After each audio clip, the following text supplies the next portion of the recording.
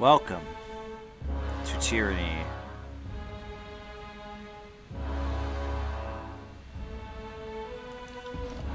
I've been wanting to play this for a while.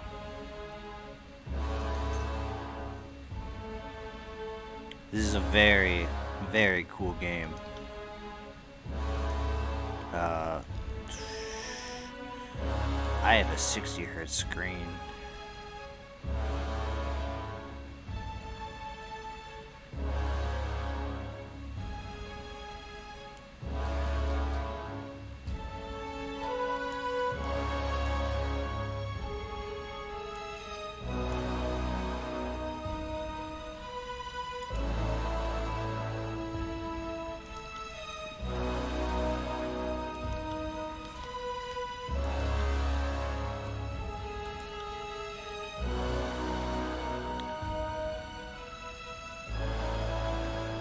Alright.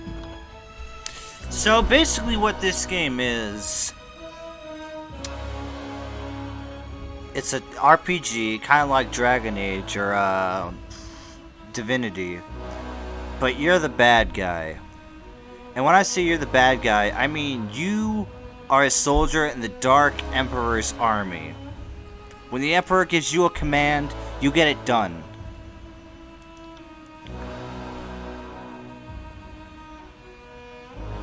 We're gonna do normal because, you know, I don't have a lot of I have no experience with this game.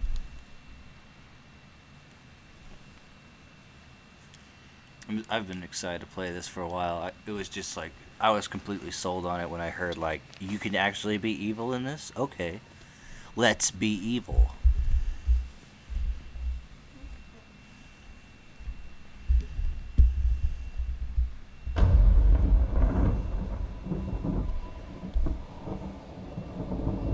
For over 400 years, the armies of Kyros the Overlord have swept across the known world.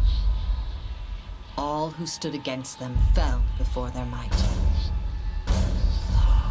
Even the Archons, women and men of immense power, were forced to kneel, chained to the Overlord's will. Now Kyros' final conquest has come to our corner of the world, and two of the Overlord's armies compete for the honor of taking our lands. The elite disfavored, and the teeming horde of the Scarlet Chorus. The voices of Nerat, spy master and Archon of secrets, guides the fierce and undisciplined masses of the Scarlet Chorus. With each battle, the Scarlet Chorus grows stronger, as the defeated are given a simple choice: serve or die. Graven Ash, Archon of War and the Overlord's most loyal general, leads the disfavored. Though small in number, Kyros' ironclad legion has never met true defeat in open battle. Watching over the two generals is Tunon, the Adjudicator, Archon of Justice, eldest of Kyros' minions. Tunon brings Kyros' laws to newly conquered lands, aided by the Fatebinders, judges and executioners of the Overlord's laws. You were among the youngest of the court of Fatebinders when Kyros' armies came to our lands. How could we have known that the fate of thousands would rest in your hands?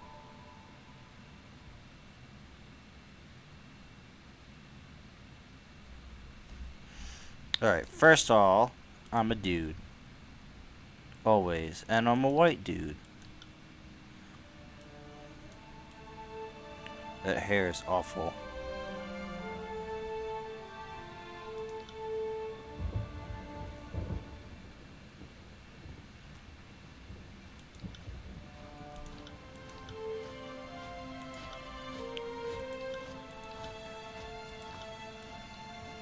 Let's see here. The Pro Jared hair.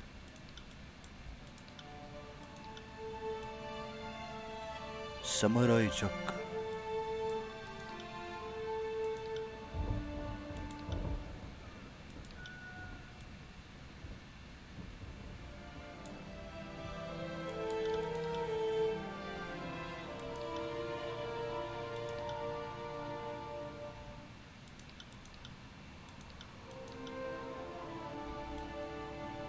Ooh, I like that. Got it. I'm injured, tired. Let's rest.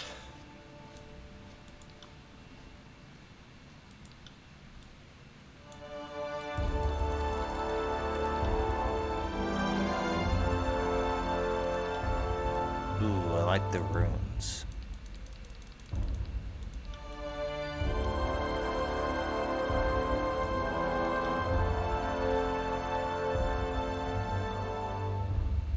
I'm gonna go with the runes because I want to be a magic character.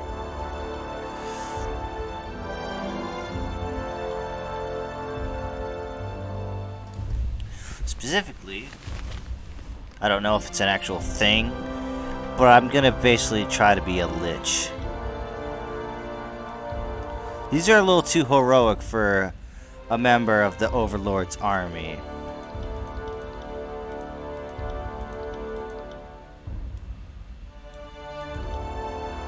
This is closest to what my guy looks like.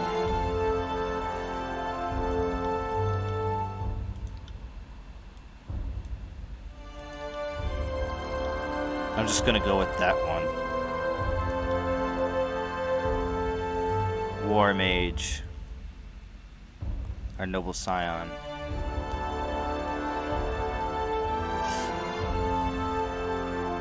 Born to noble parents, you were groomed for leadership. Your youth spent on letters, history, rhetoric, and other matters of culture and statecraft.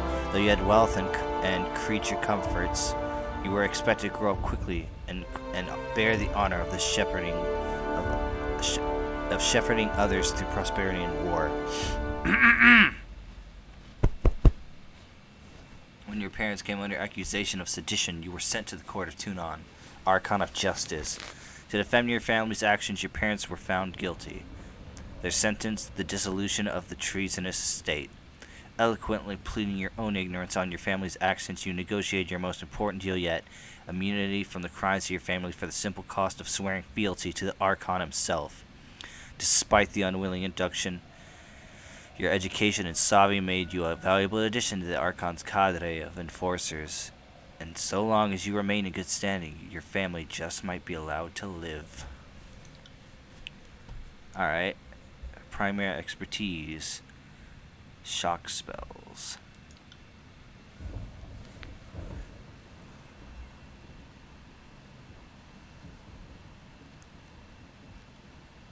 Alright, that's gonna be my prime damage.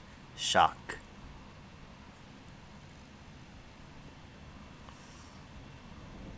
You know what? I want it to be frost. I like ice magic. I might take electricity as my sub ability.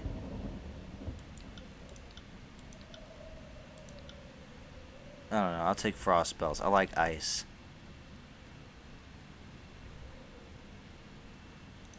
Ice is fun. Besides, it's fitting of a lich, isn't it?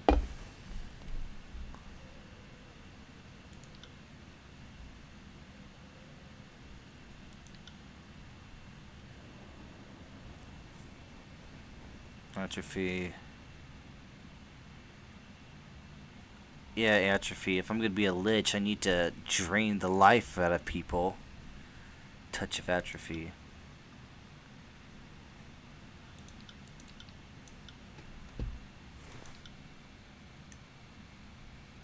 My banner.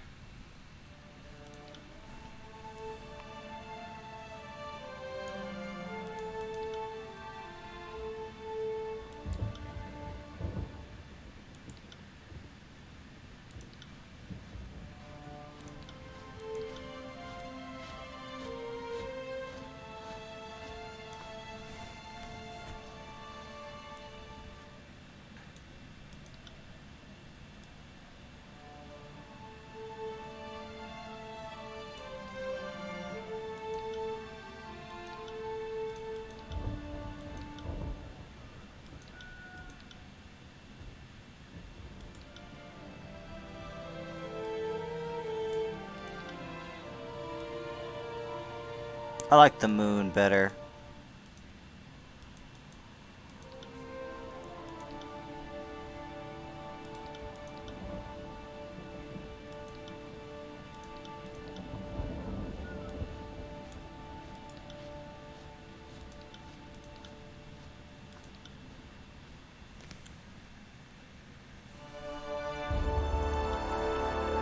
our name.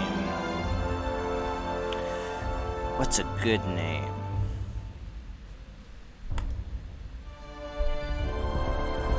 A name, a name, a name.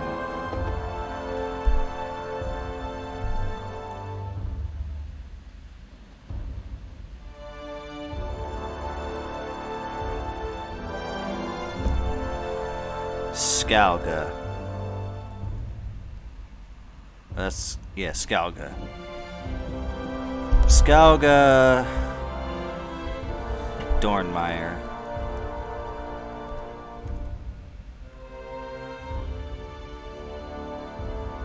Or Scalga Dornmere, I guess. It's not really a mire.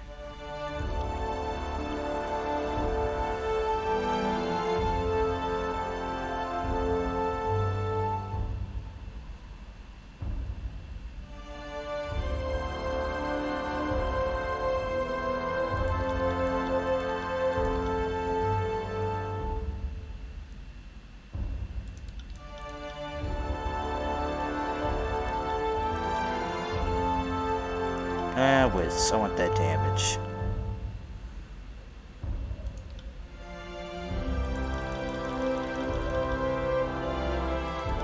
Let's put that to 35.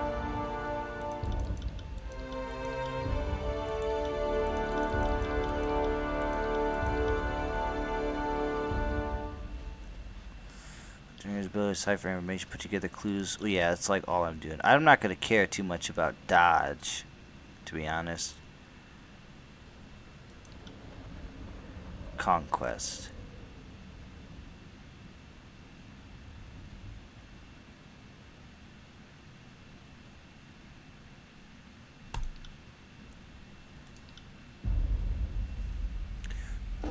Our part in the conquest of All the world Tears. has fallen to Kyros, and now the Overlord's eye is on the Tears, our home. The last corner of the world free of Kyros' reign. Two armies, the Disfavored and the Scarlet Chorus, march south from the Northern Empire, the last realm to fall to Kyros a century prior. In the early days of 428, Kyros' armies arrive at the Gates of Judgment, the mountainous border that we Tearsmen so long believed unassailable. Unable to agree on a unified plan of defense, the various leaders of the Tears sit and wait for each other to deal with the conquerors, until it's too late.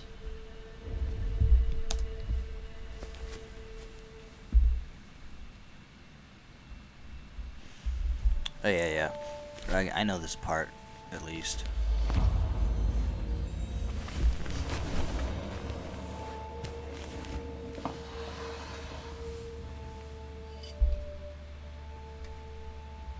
Bastard City. The Bastard City stood on the northern border between Kyros Empire and the Tears, built upon a natural harbor at the crossroads between realms. The city was a nexus of commerce. To the Tears, it was the center of all wealth. To a northerner, it was little more than a backwater trading post. Its symbolic status as a gateway to the continent made it a natural first target in Kyros' military conquest. Circumstances were ideal for you to prove your worth as a soldier in Kyros' armies. Taking this city would send a message to the rest of the Tears. Kyros' will is insurmountable.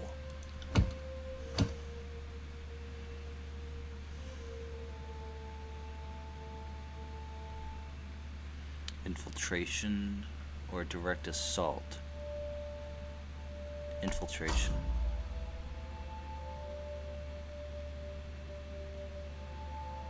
History would remember the Gates of Judgment as the first battle of the conquest, but the real combat unfolded with advanced units of both armies preparing for the oncoming war.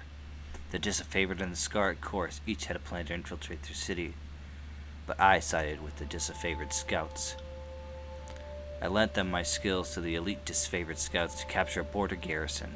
Graven Ash insisted that an early victory in the offensive would boost the morale of his troops and diminish the haughty overconfidence of the Southerners. The Oathbound scouts identified a modest border defense and collaborated on an organized attack that would leave the enemy uncoordinated and cut off from aid.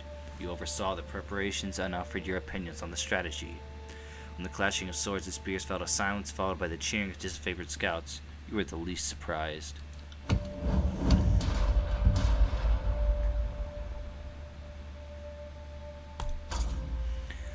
Your fiercest opponents in the bastard city were the mages of the School of Wild Wrath, too barbaric to use their power responsibly. The unbridled practitioners needed to be stopped. Had you tricked the hot-tempered mages into their own undoing?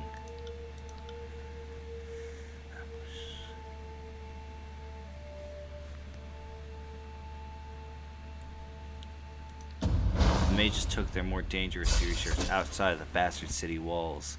You sent a scout to sabotage a delicate ritual, which caused an explosion that injured or killed many senior practitioners. Enraged, the survivors expended themselves on the status effect. That's interesting. Expanded themselves on a chase through the surrounding hills, where the disfavored surrounded them and brought them to heel. The few that survived the attack were constricted by the Scarlet Chorus. Your tactics of infiltration placed you in the bastard city ahead of the main armies. Your work softened the city defenses for the arrival of Kyros forces, but you wanted a decisive gesture that would give your allies a meaningful advantage. How did you assist in the fall of the bastard city?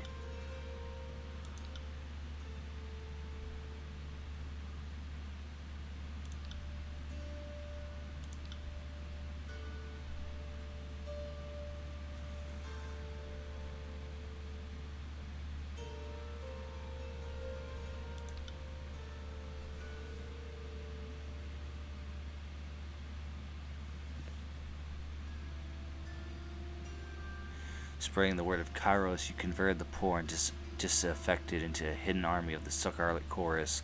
Once the dust settled, the army wished to bolster their troops with their sleeper cells. It didn't take much to convince the bastard city's downtrodden that Kyros was the superior power. You armed them with weapons and knowledge of a signal you would raise when the time was right. As the armies appeared outside the walls, you ignited the spark that fanned their anger into a full-scale riot. The chaos spread, and Kyros' name weakened the city in such an extent that its inevitable fall was but a formality.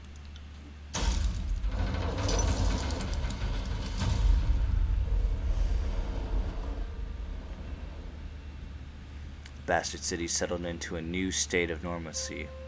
With every tower displaying Kyros' banner, your name was whispered alongside rumors of a decorated career to come. The armies divided into two fronts and migrated south. Tumon sent word that you were to join the next frontier of Kyros' conquest, either as a judge and overseer of the settlement of Lethian's Crossing, or as a war advisor for the armies advancing to the realm of Apex. I'm more of a diplomat myself, really. Don't care too much for open conflict.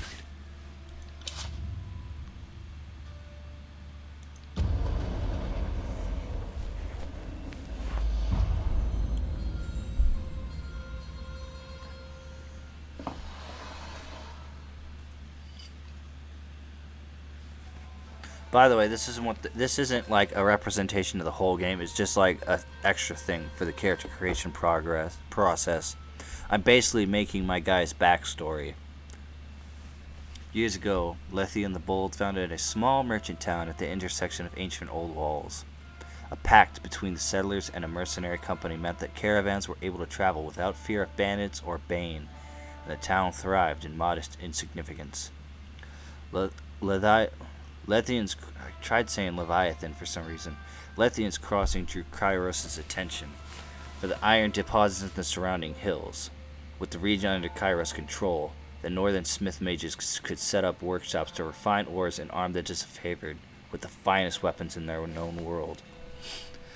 The Archon of Secrets dismantled the mercenary support with a generous bribe, taking the crossing in a bloodless victory. Tunon dispatched you to travel alongside Kyros' forces and bring order to the region.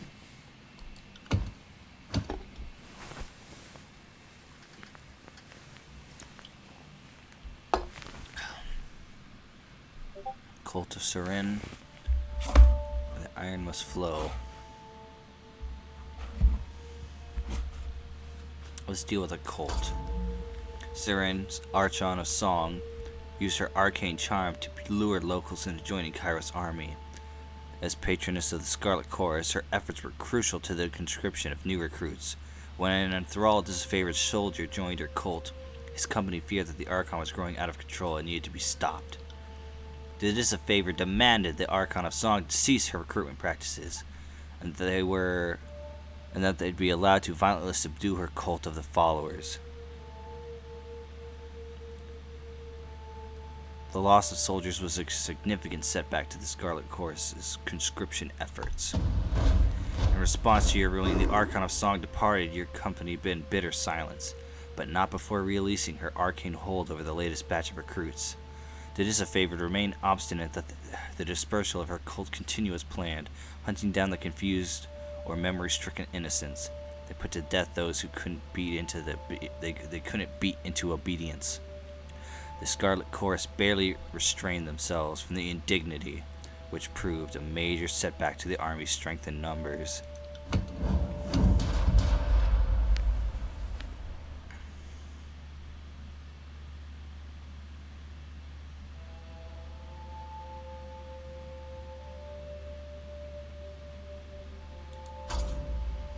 Drawn to the arcane energy around the forges, mystical predators from the nearby old walls began to raid Lethian's Crossing at all hours. Both of Kyros' armies reserved their strength for the front lines of the war, and yet the city required protection.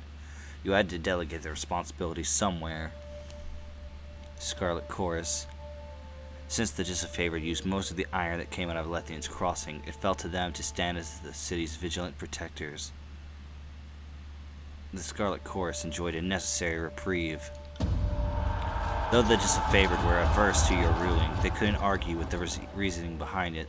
They rallied in the streets of Lethian's Crossing, patrolling on alert in shifts that lasted day and night in an impressive show of force. They managed to repel several attacks from the predators in the district that would have otherwise suffered great harm. Able to do some good, the Disfavored still detested you for keeping them from the battle with their real enemy in the Tears.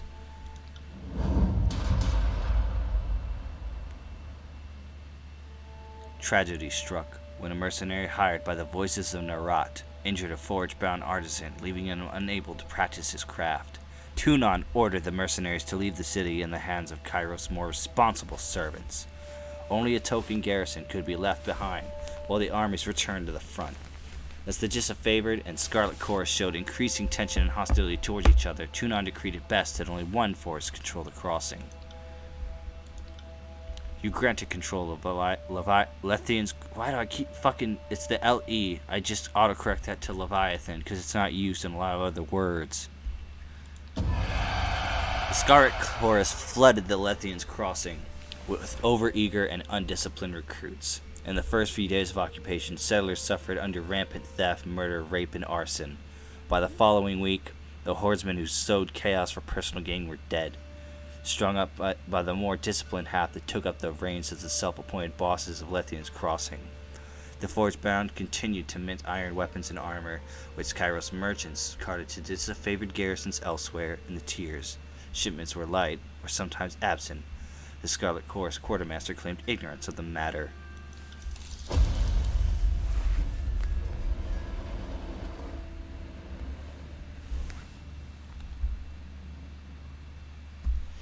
The mercenaries expelled and Lethian's Crossing under new leadership.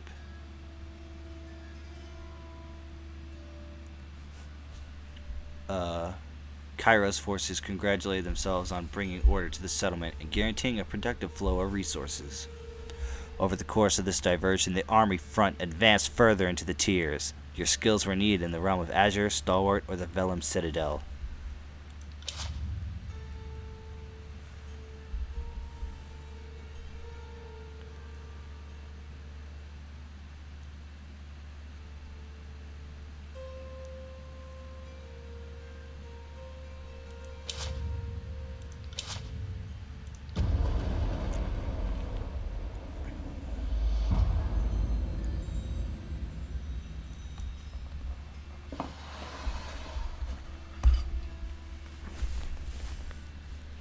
The Vellum Citadel was an archive and library of massive scale.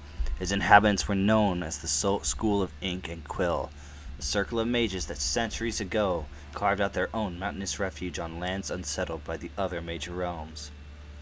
Legend said that the Citadel housed a treasure trove of arcane knowledge. The Overlord's spies infiltrated the school and confirmed as much. The time was ripe to send a detachment to the great library fortress and force the scholars to yield to Kyros.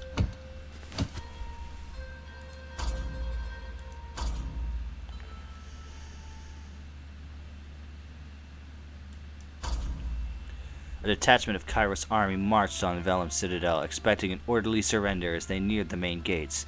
A blast of arcane energy struck the commanders dead. Suddenly, the highest-ranking officer alive. Kyros' forces looked to you for the next steps. The call weighed on your mind. It had an immediate influence on the losses. You ordered the expendable Scarlet Chorus to attack, commanding the disorderly mob forward to give the elite disfavored a chance to withdraw. Though a costly maneuver in terms of lives lost, the assured survival of the most capable, effective soldiers. Ever itching for a fight, the Howling Mod still recognized your maneuver, the sacrificial move that it was. Those from the Scarlet Chorus who ran headlong into battle made promises of a reckoning upon their return. Thankfully for you, hardly any of them limped back in one piece. Those few who survived made fevered whisperings their grievances, naming you as a villain to the Scarlet Chorus. Barbaric animals, all of them. They are nothing more than fodder to be thrown at the enemies of Kyros.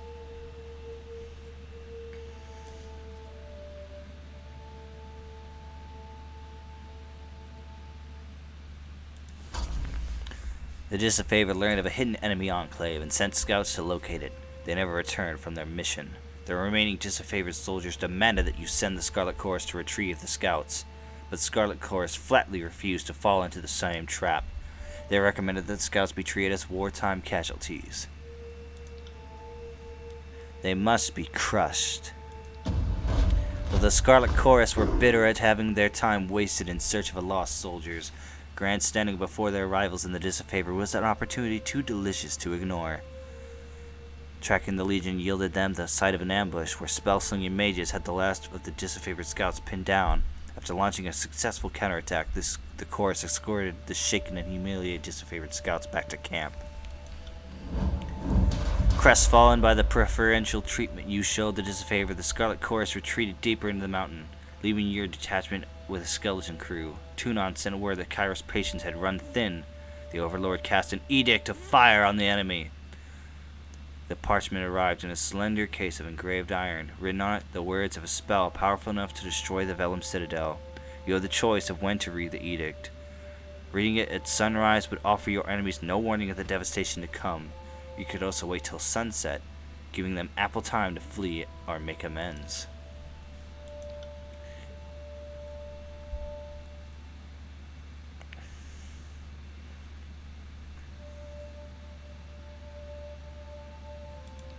Claiming they still had spies within the Citadel, the Scarlet Chorus urged you to warn the mages of the Overlord's edict. Granting their request, you met with the enemies under a blue flag of peace, and warned them of their doom, giving the Chorus spies and the enemy a chance to run. The hour before sunset, numerous figures were spotted fleeing the Citadel. As the sun dipped under the horizon, you read the words of the edict. Let's take a look at the edict real quick. Kyros' most powerful magic is that of the edict. Commandments cast upon whole regions that can control and destroy man and nature alike. Once cast, an edict can rain fire, wither crops, demoralize cities, usher in endless night, or do whatever it is that Kyros has envisioned. No known force, magical or mundane, can stop an edict. The Overlord's word is law. Once an edict has been made, it must be followed. No one can rebel. The earth shook, and a red-orange light glowed in the foundation of the sprawling citadel. Bubbling up from under the library, a torrent of lava heaved with explosive force, gushing from the windows and between loose bricks, melting winding trenches in the surrounding land. Days later, the flames still raged on. The conflagration continually fed and renewed by the power of the edict.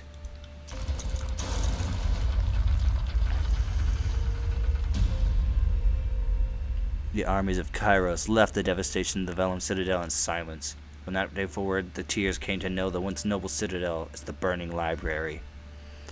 This was an undisputed loss of resources, knowledge, culture, and life. But a message had been sent. The overworld will not tolerate defiance. You didn't have long to rest before Tunon called you into service once more. You were one of the last to depart from the mountains, and as you journeyed off, you spotted a few campfires in the mountains.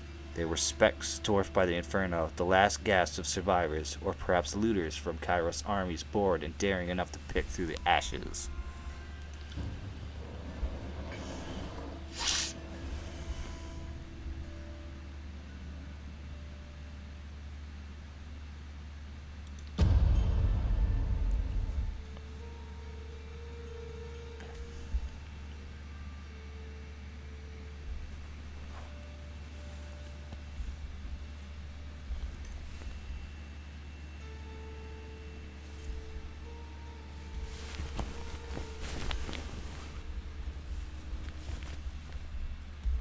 Now the game truly begins.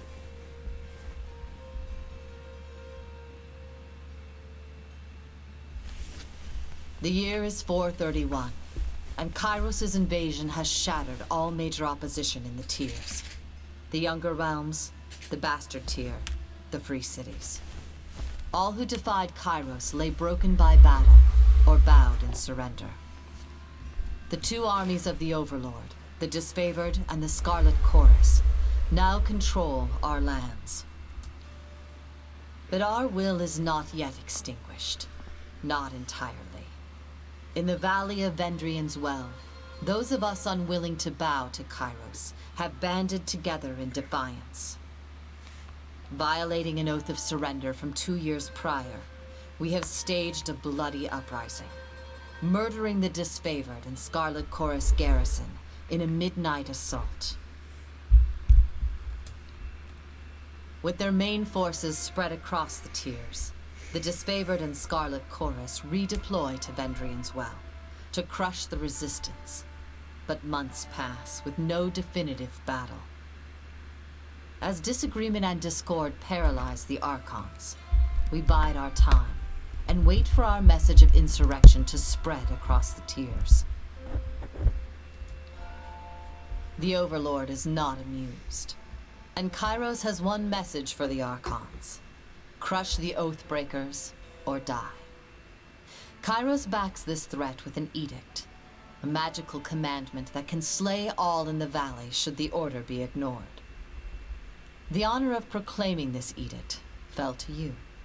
Sent across the mountains to Vendrian's Well, you carry the Overlord's edict to read before the Archons. As you finally make your way through the winding mountain passes into the valley, the ground trembles, and Kyros' magic seals the way behind you.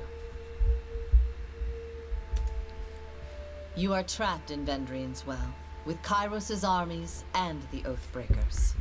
The only way to survive is to fulfill the terms of the Overlord's edict, in any way that you can. If the city is not brought into the Overlord's heel within the matter of a few days, everyone will die. Skal Gadonmer, I presume. We've been expecting you. Taradas. The World Tyranny, watch for these windows. Yeah, tutorials. I know how they work. Quests. Skill trees. Stat page. Inventory. Let's see, I got my...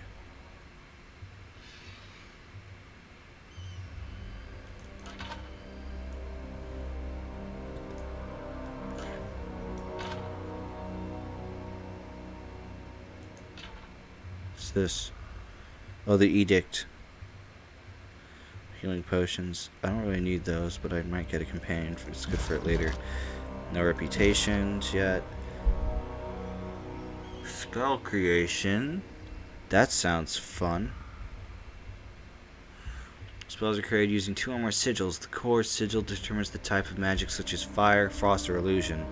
The expression sigil determines how that core shapes itself into the world, such as a ball of fire or frost enchanting a weapon. There are several categories of sigils that can accent a spell, granting a greater range. accuracy, or providing bonus secondary effects. To begin creating a spell, select the core sigil for the type of magic followed by the expression signal to determine what form the spell takes. For example, if you want to create a fireball spell, you would select the sigil of flame.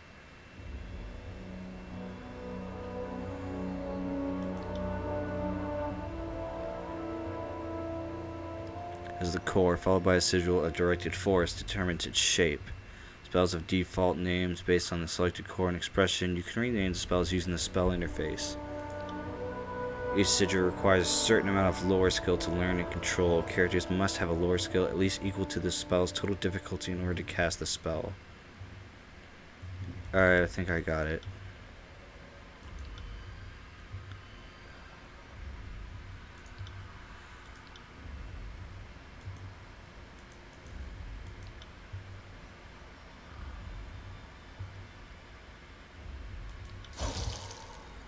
Frozen grasp. I already have that. Alright, basically. That's really, really cool.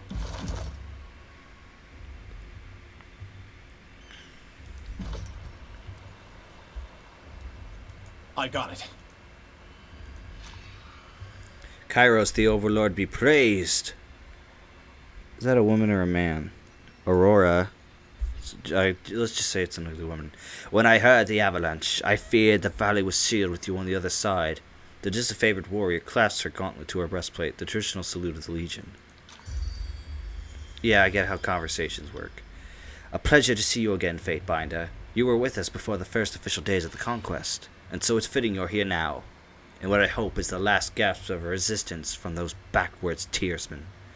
We're hoping you can convince the Archons to settle on a plan to crush the Oathbreakers. That is why you're here, right?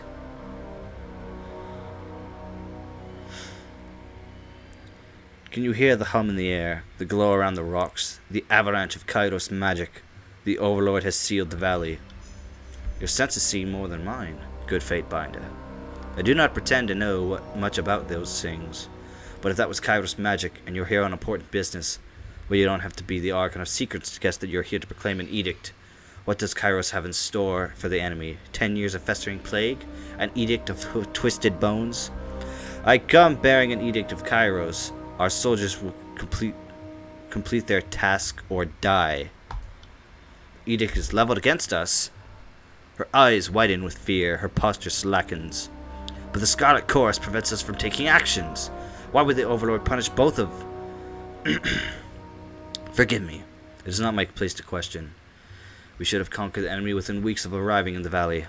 The delay reflects poorly on us all. 2 Archons. If we follow Kyros' will and stop the insurrection, no harm will come to any of us. If following orders and killing the locals will save our lives, you don't have to tell me twice, and I sure hope I don't have to tell the Archons twice either. She looks at you with a nervous smile. Still, this is all coming from the Firestarter, the Fatebinder that made fire bubble up from the soil and reduced the Vellum Citadel to ash, so you'll forgive me if I'm still terrified all the same. Well, you have traveled a long way. I won't keep you further. I'm sure the Archons will want to hear from you at... Her voice falls silent, her attention snapping eastwards with alarm. Did you hear that? More runners. 3rd time this week. The Oathbreakers keep trying to send messengers through the mountains to gather help from outside the valley. She points over to the collapsed path by which you arrived, but they're a bit too late for that now. Come, let's show these Oathbreakers a good fight.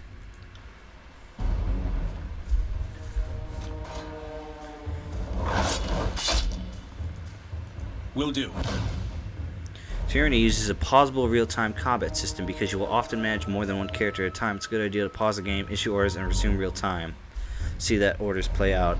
The options menu also contains many choices for automatic pausing when certain conditions are not met, e.g. the start of combat. Press spacebar to pause and unpause the game. Character can always perform basic attacks using their equipped weapon or their fists if fighting unarmed.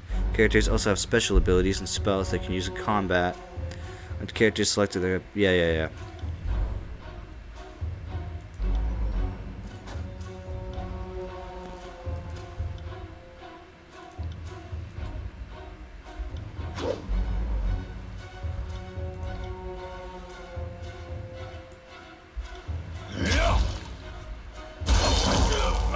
dead yet.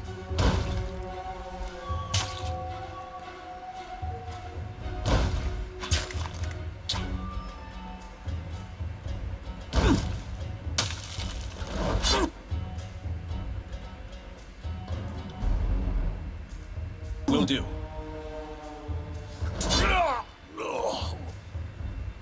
There are 6 categories of talents available to your character.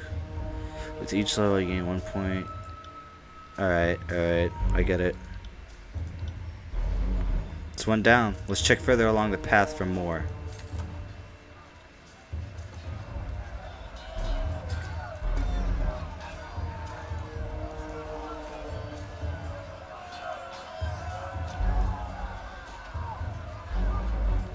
Avalanche has blocked us. Think you could fit through the rubble?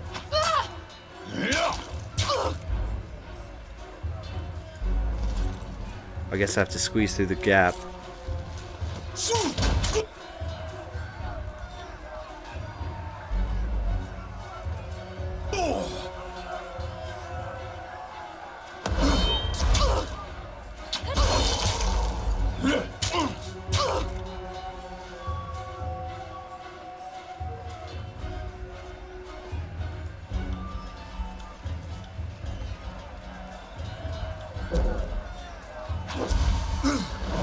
Shut some of these guys down. Will do.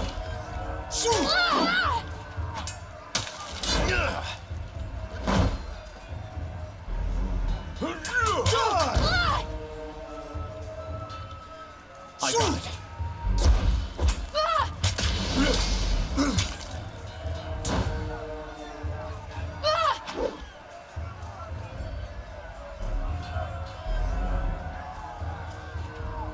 Alright. Checking what all these things do.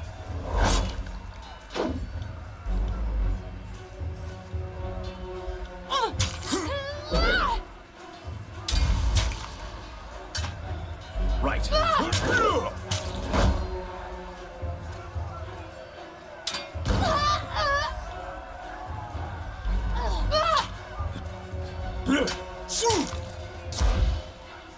Fuck.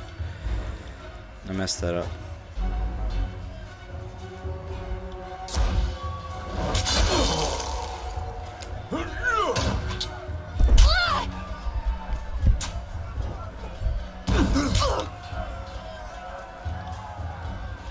Will do.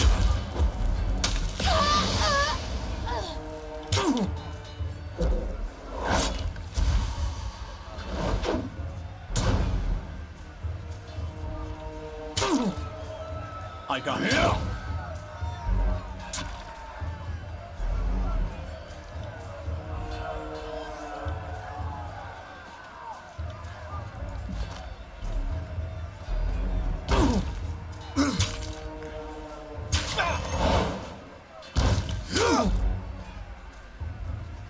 Will do. Giblets.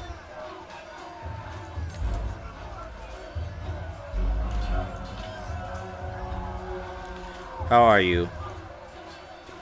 Don't bother me, go down to pastures. You're wounded, and it's not trivial. 'Tis but a scratch. I've seen twice as worse 10 times over. If you'll let me help you... Said I'm fine. Graven Ash protects...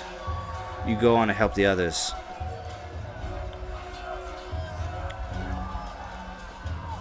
Can't do that.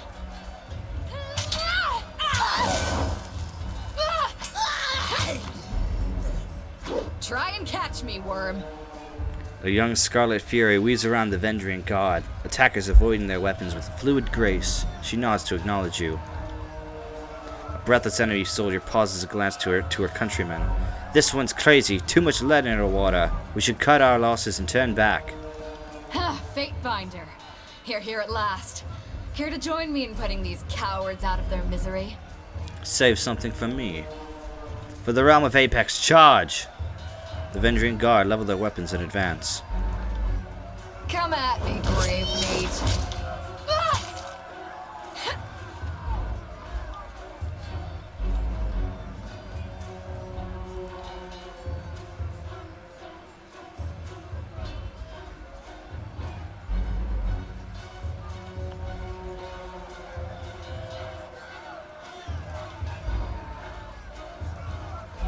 Ready? Can't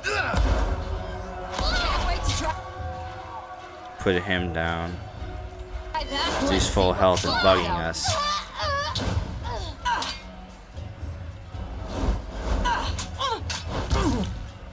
On it.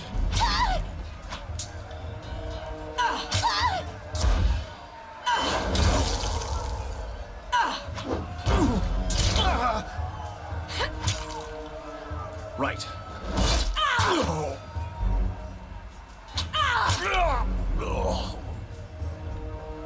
Phew. I can tell you didn't spend the conquest in a diplomat's tent. I'm Verse, by the way. But there are more important things to take care of than introductions. Those Vendrian guard we killed didn't come alone. I'm ready if you are. Eager. I like that. Before we go, you might search among the remains of our fallen comrades. Wherever they're bound, I doubt they'll miss their boots, much less any rings or any useful iron they might be clutching. I see your point. Nice and practical. No reason to pity the fallen. Before long, we might wish we'd joined them here. But at least we'll enjoy heavy pockets and warm toes. For the voices of Narat!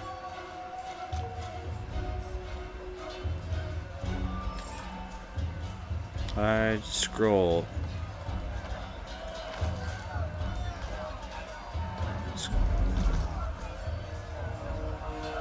Oh, I looted all of them at once. You can have this shit.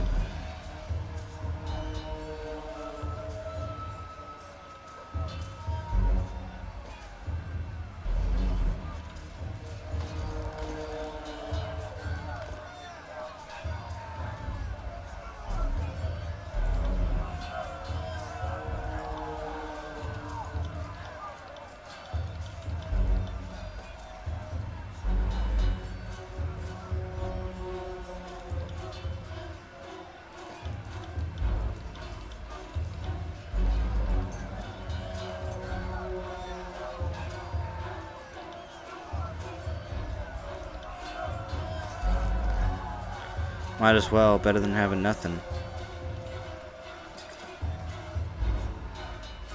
How do I split this?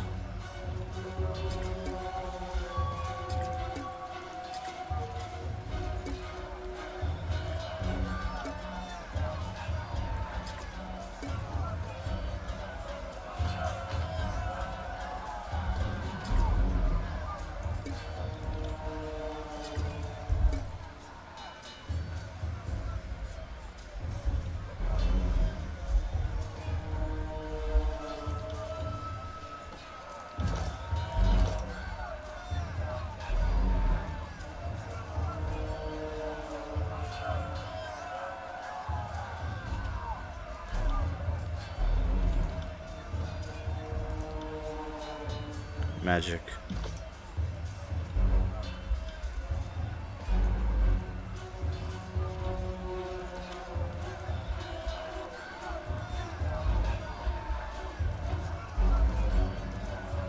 That's a lot. Eyes forward, no looking back. The Vendrian guard warrior roars with his falched head high, his words largely lost over the din of combat. Stand aside or your funeral will be over for the side of the buff. Seeing you squarely in his path, the soldier points his weapon your way. There is no escape for Oathbreakers. Surrender. Then we'll settle this with bronze.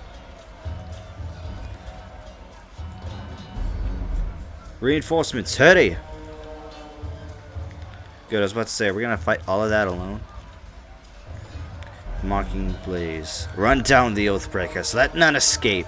From the red mob of reinforcements from the south, the blood chanter emerges from the head of a rabble, an ornamental crest of her staff pulsing with crimson tones.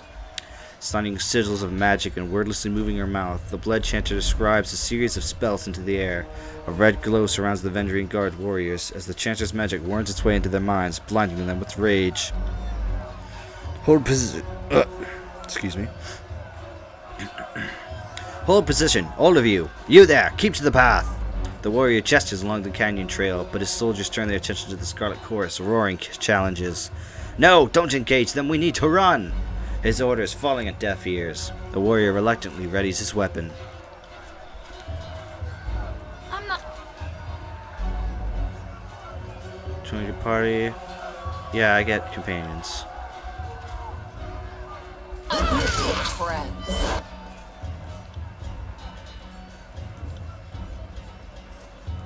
Let's see what falls out of you.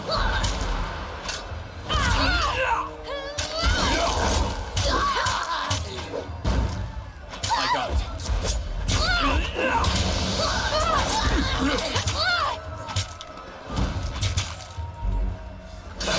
I will break you!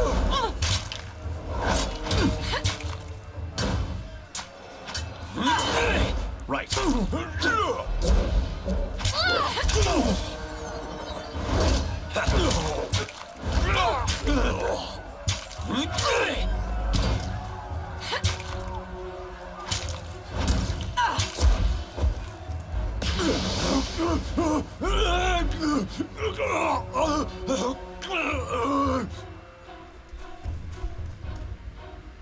Come quick, we have a situation on the cliffside. They have a commander. They have the commander.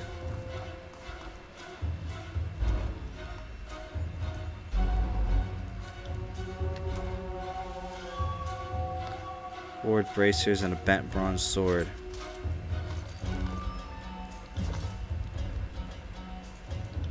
On it.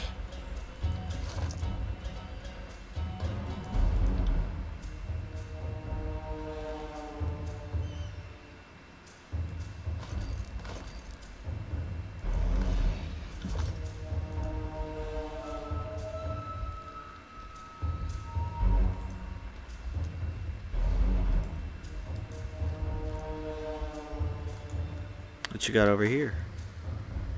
Agate. Heavy boots. Find some good shit for her to wear. Guarantee it's better than what you had on.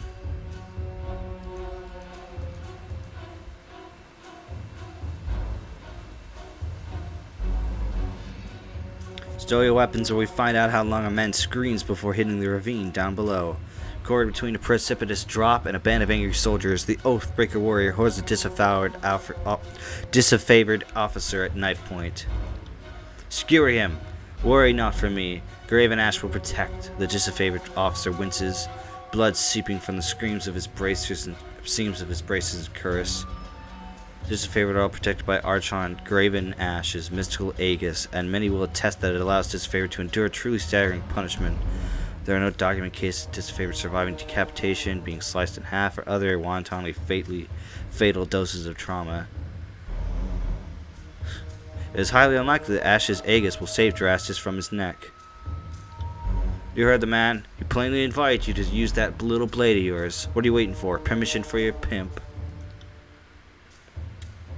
This blade, with a jerk of the knife, he slices a clump of Drastus' matted hair. If you're so eager to see your ally dead, just step closer.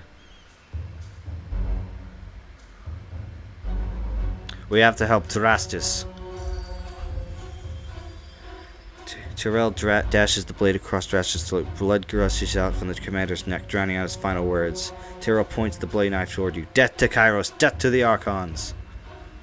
The moment Drastus' body falls to the ground, the disfavored soldiers pounce forward, quickly reducing the Oathbreaker to a bloody mess.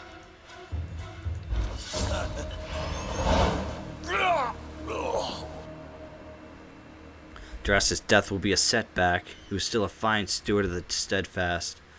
Aurora swallows her lips, pursed in anger. But with the losses we've sustained in this war, I'm the next in command. I'll aspire to be half the leader Drastus was. One of the soldiers found some mage blather on the oath speakers. Or fucking oath breakers. Aurora holds a rolled sheaf of parchment. I figured you being trained in letters could perhaps. She doesn't know how to read.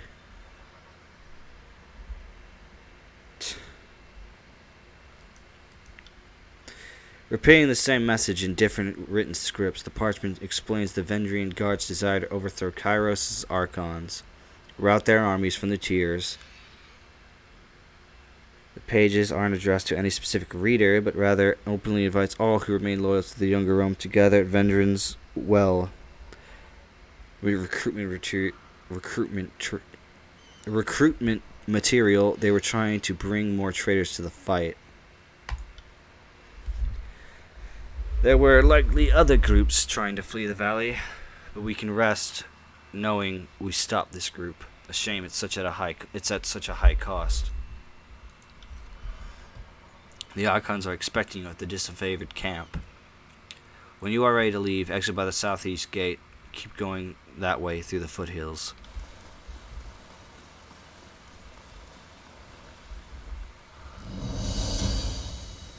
What's this? Sorry, I can't.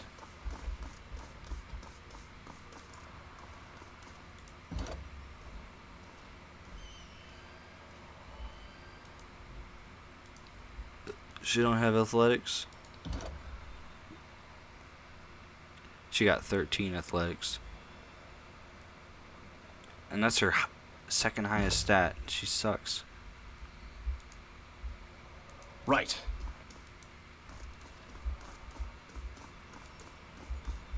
You got it.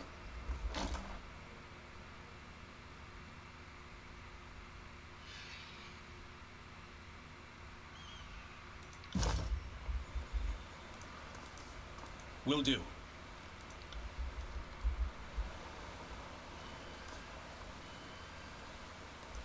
I have to click on the bottom of them.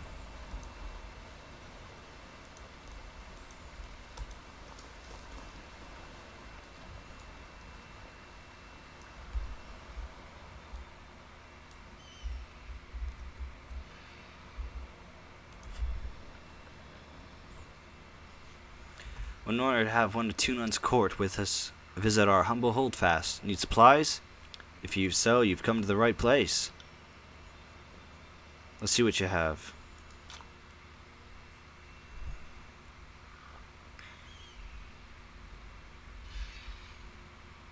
Bronze rings, copper. Oh, the currency is rings. Interesting. Bronze, copper, bronze, silver, and gold. Or silver, or iron. Huh.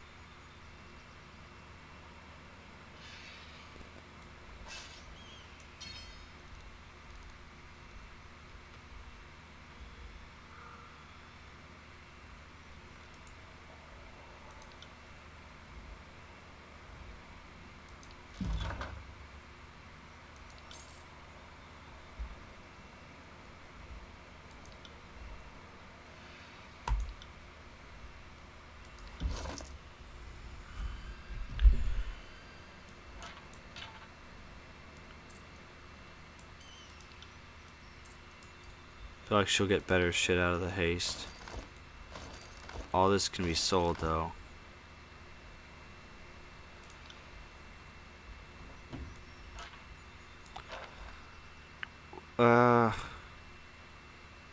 She's better off with those. I could just sell this phalanx.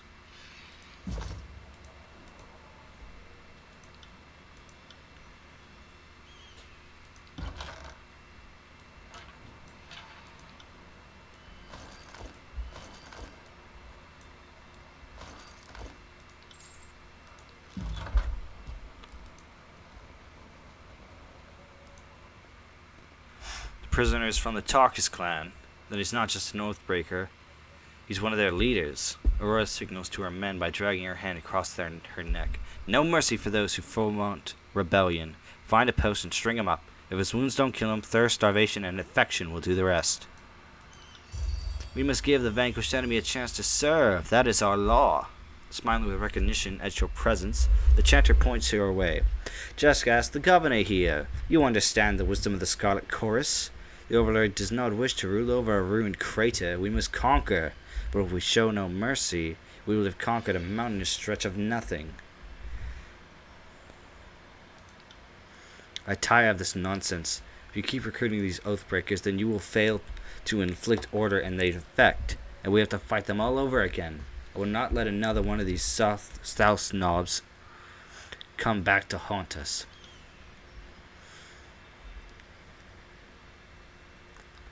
While I insist this Oathbreaker be taken to the voices of the Rat, leaving us at an impasse. Fortunately, we have a Fate Binder here to settle the matter for us. So, what say you? Execute him. One chance to surrender is enough. Happily, this one will pay for Drastus and all of my other brothers and sisters that perish here at Vendrian's Well. You heard the Fate Binder? Kill him, but make an example of him. Find a post that's not in use and string him up. Aurora gives you a solemn nod. Until next time, Fate Binder. I know you have important business in the valley. No point in keeping you. For the glory of Kyros. Right. What are you guys doing over here? Fate Binder, pleasure to have you join us. You never know if one of Tunon's officers is battle ready until the fighting breaks out. You can clearly hold your own in a fight. And thank Kyros for that. There's been too much talk of late, and not enough action. The Archon of War is planning his next move. Would you have him hasten his plans for your impatience? The superior officer glowers through the gap in her helm. Glowers. Never, ma'am. Graven Ash protects us. She holds her salute with a tightly clenched fist. I'm just eager to see the Vandrian god buried under their own patched defenses. Need something?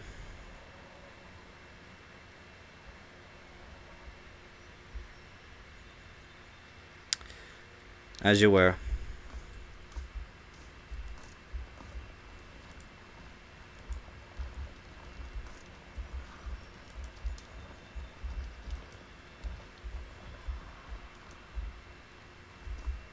Where's the exit they were talking about?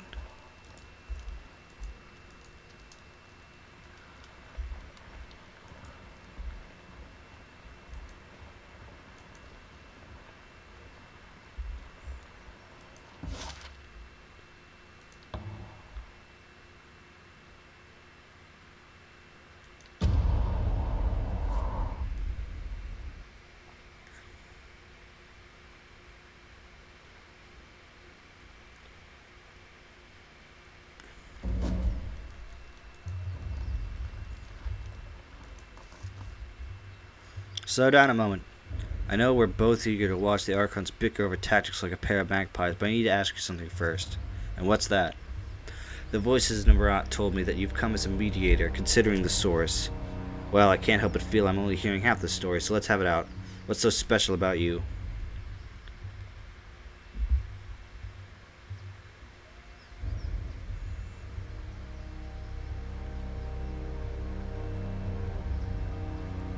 Why so suspicious? It's just a feeling I got. When the Archons are together, the air gets as taut as a bowstring. I can't help but think that no amount of compromise will get them seeing eye to eye. So why invite a mediator for Tunon's court? Doesn't add up. I'm here to deliver an edict from Kyros. Or edict. That makes a crazy kind of sense. Considering how long the siege has taxed the armies, I can understand why Kyros would send you with an edict to speed things along. Have you read it? Do you know what it says? The Archons must claim Ascension Hall by Kyros' Day of Swords, or all will perish. One more thing for the Archons to fight over. Well, thanks for cluing me in. If Kyros sends any lightning our way, just tell me when to duck. I really ought to be meeting with the Archons. The war tent is just past the center of the camp. She nods toward the northeast. One last thing, be careful around those disfavored types.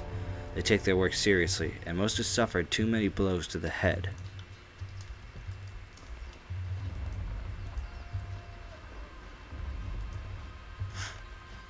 Go no farther. You approach disfavored ground. State your business.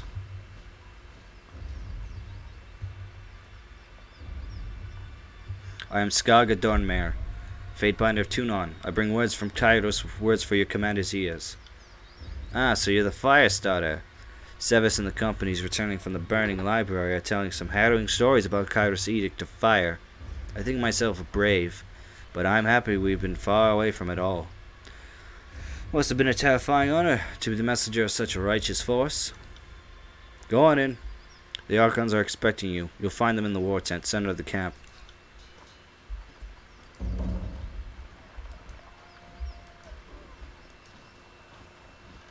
What you got there, buddy? Yeah, it's you, guardian of the law.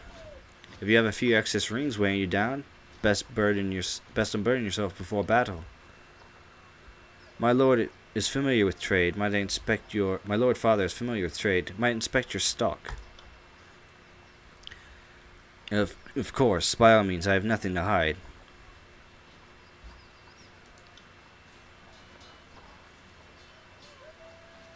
Everything seems to be in order here. Let me see your wares.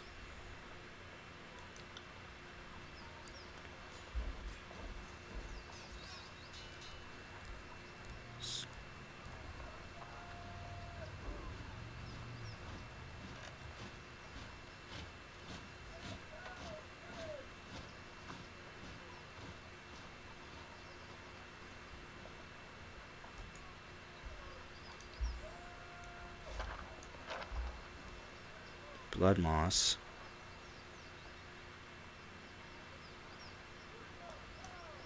It might be worth grabbing a couple blood mosses. If it can stop me from bleeding.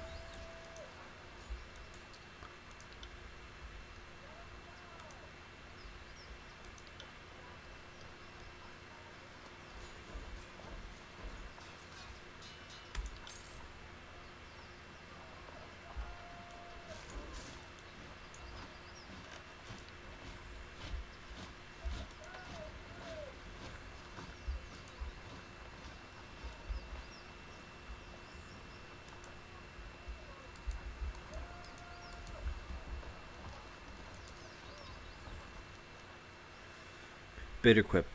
Glory to the voices of Narat. Fatebinder Scarlet Dornmare, I presume. I am Bitterquip. I am here as an emissary of the Scarlet Chorus. Was it like working with the disfavored? Looking away for a moment before sniffing and returning its attention to you. Reporting to the Iron Hag, it is an insult. She fought one duel for her title. One. Her leadership must be continuously proven, earned, and defended. Weakness should bleed to the bottom of the army, not rise to the top. My assignment here is also an insult, but one I will bear for the good of the chorus. If only to see with my own eyes the failure of the disavowed, the disfavored. Why do I keep fucking it up? That will be a fine day. Farewell.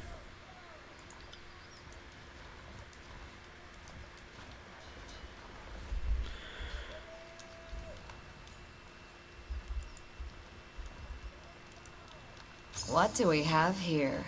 Hidden objects.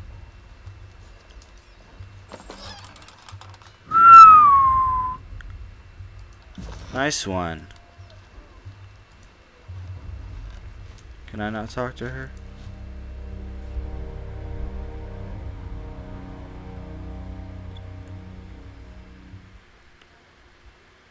Yesterday you chided me for wishing to wait, now you suggest an even longer delay. That's 4 reports of avalanches in the mountains now. The Tearsmen can barely count past 9. They have neither the capacity nor the cause to close off the mountain passes. Either way, that leaves the 2nd and 4th cohort trapped outside the valley. The Archon of War pounds his staff on the ground to punctuate his words. A large and imposing man to begin with, his profile is made larger still by his hulking suit of armor that hums with mystic energy. Or it's the work of your perfidious Earthshakers. Only a fool would not suspect a traitorous Archon of poisoning the mind of his students with sedition. We would have killed the Earthshakers Guild for their master's treachery, but I'm sure you have some perfectly valid reason for allowing them to live as your pawns. The Archon of Secret passes his scepter between his hands as he speaks, twirling the rod in hypnotic circles. Emerald luminescent sleep seeps from the seams of the Archon's ragged red robes. The glow is most noticeable where his neck ought to be.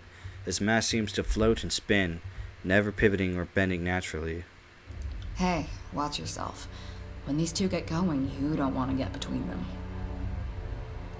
I always know you've run out of things to say when you resort to mocking my vassals. If we are to speak of treachery, why is it that my scouts see the Scarlet Chorus warriors defecting back to the Vendrian Guard? Your fearsome reputation has gone flaccid, for it seems you cannot control your soldiers, or perhaps you simply choose not to. My lords, the Fatebinder has arrived. The disfavored commander raises her voice, trying with little success to speak over the Archons. Perhaps we should clear the table.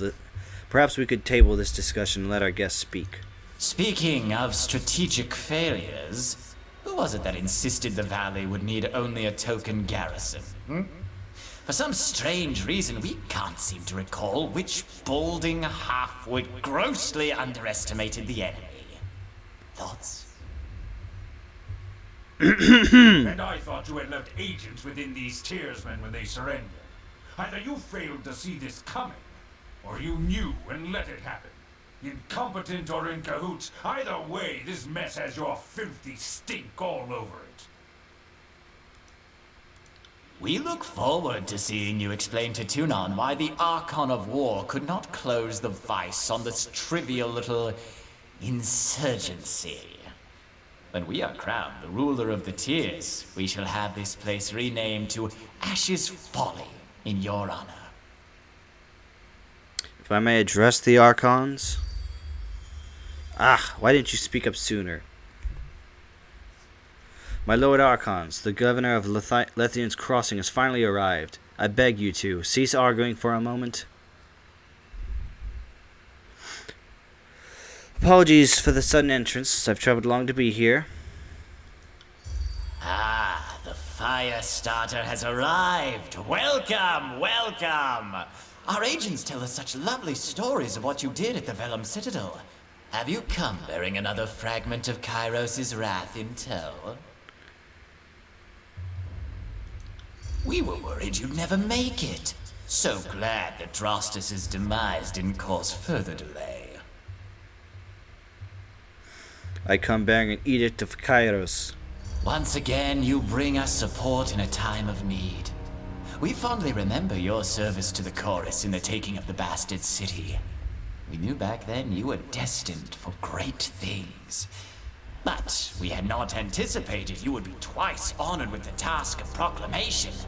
So, do not keep us waiting. What is the Overlord's will? It seems you need some encouragement to work together. Kyros' edict will end the lives of everyone in this valley, unless Ascension Hall is claimed by Kyros' Day of Swords.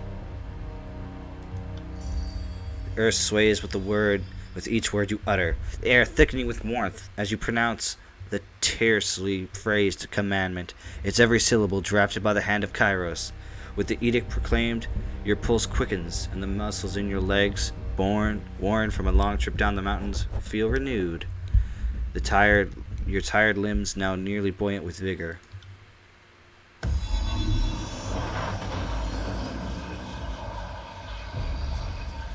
The Overlord means to compel us into action. No doubt the avalanches in the mountains are part of this ultimatum. We must conquer the Oathbreakers or die in failure. There is no room for error, and no other way out of this valley alive. We'll need to advance across the Matani. We lose everything if we stand still. And we move to back up Plan Green. The Earthshakers didn't make it over the mountain in time. So we do this the hard way. Over the walls instead of through. The Archon of War taps a finger against his temple. A low rumble escapes from under his beard. So you found your backbone at last! Oh, we were worried past humiliations would make you soft, timid. That was a record for you, right? A baker's dozen lost in one sortie. If you had waited for the Chorus reinforcements, maybe we'd have eyes and ears on the matter. Learn to work together or we're all doomed. The Fatebinder is right. We're acting acting not as leaders, but as children. I've no time for your foolish japes and petty taunts. We should focus on the objective at hand, and that is taking the Mittani River, and then advancing to Ascension Hall and ending this edict.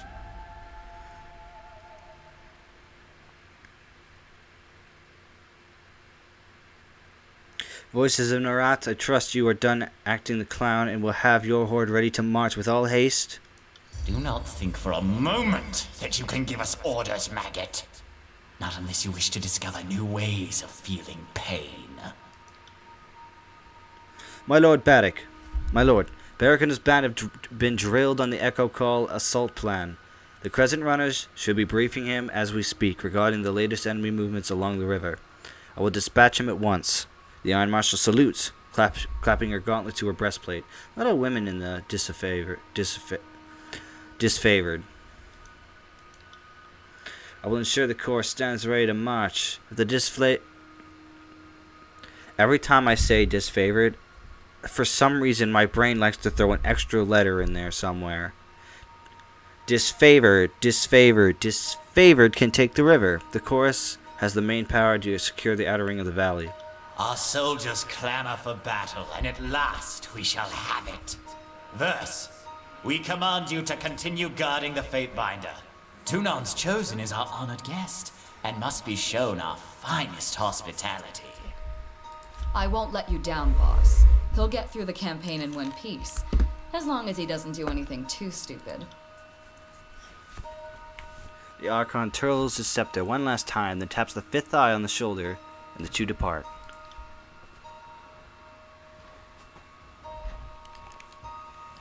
Finally, the fool and his puppet are gone. Perhaps now I can hear myself think. Rarely do I question Kyros' judgment, but I will never understand why the voices of Narat is given such authority. I shudder to think what will become of us all should Tunan favor him in the end.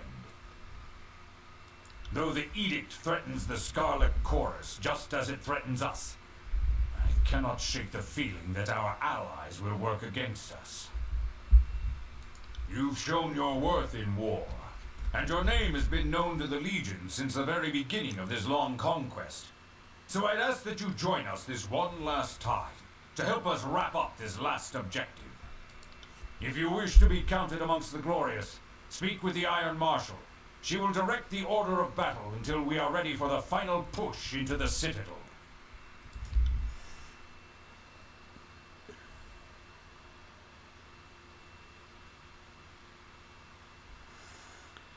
What of the Scarlet Chorus? How will they be helping? I ask myself that question often. While we take the river crossing, the Scarlet Chorus should be using their sizable presence to remove the Oathbreaker patrols lurking in the outer valley. The Oathbreakers have maintained a sizable force outside the Citadel. We need the Chorus manpower to scour the region. Otherwise, the Oathbreakers will attack at our heels once we've crossed the Mittani. I would be honored to help. The Iron Marshal salutes, Graven Ash, then turns to leave the tent. I'll be at the training grounds readying the soldiers. Find me there when you are ready. She pauses, clearing her throat.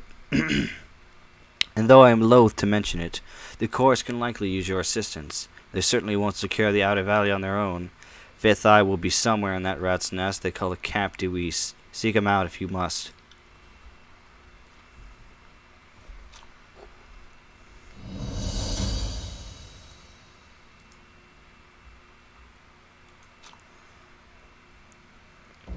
To pan join your party, you can talk to them at any time by selecting the conversation icon on their portrait.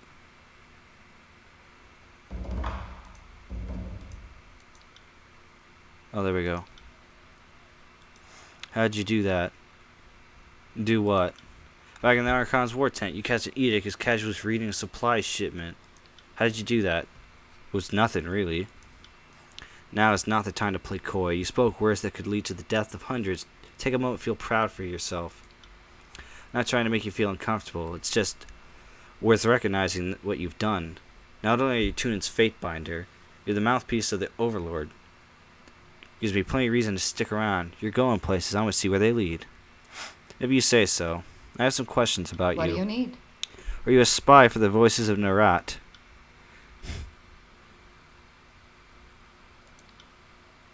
I mean, does it even matter? You have to decide for yourself whether or not I'm worth trusting. Is keeping me along with the risk that I spill the occasional word about you, what you ate for breakfast? Tell me about yourself. Yeah, if you insist. I'm a Scarlet Fury. That should raise some flags for you. It means that I'm good at killing, and more importantly, that I enjoy it. What I won't enjoy are the pleasures of funerary rites packed with weeping mourners. Someday I'll fall in battle, and then they'll roll me into a mass grave or heap me atop a shit-stained wagon. One more anonymous, knife-riddled piece of meat. Until then, I plan to take whatever I can from life and have a little fun along the way. Farewell.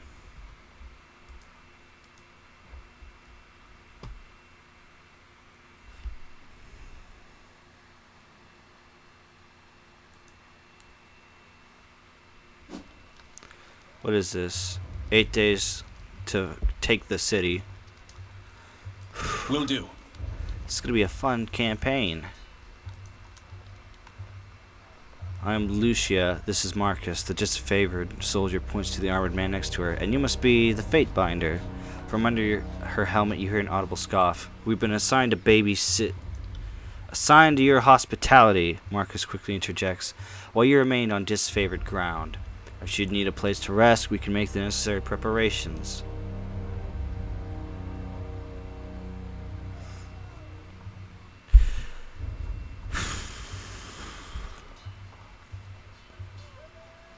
Marcus, I'd like some training.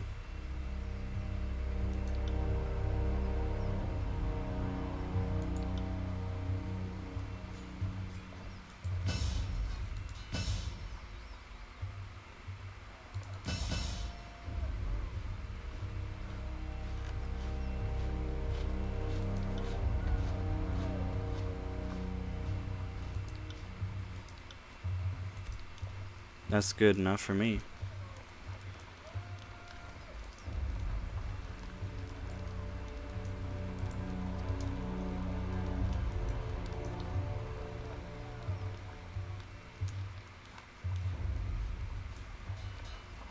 Edict of Execution.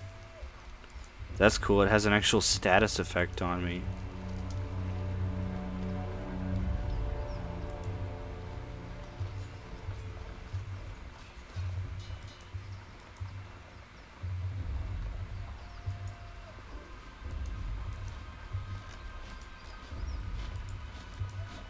Can't do that.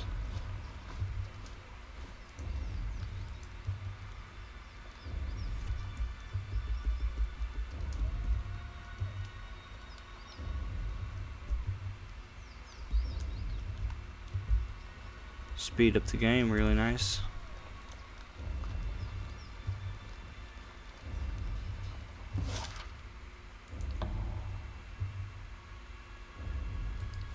I should head to their camp and shoot the shit with them. See what they need done.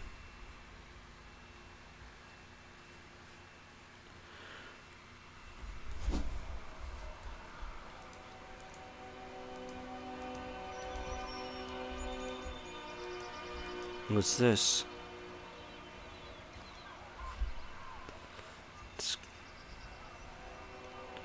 I'm always in the right place. Fine, just coming in. I'm sure the fairy will cut you if you're really a problem.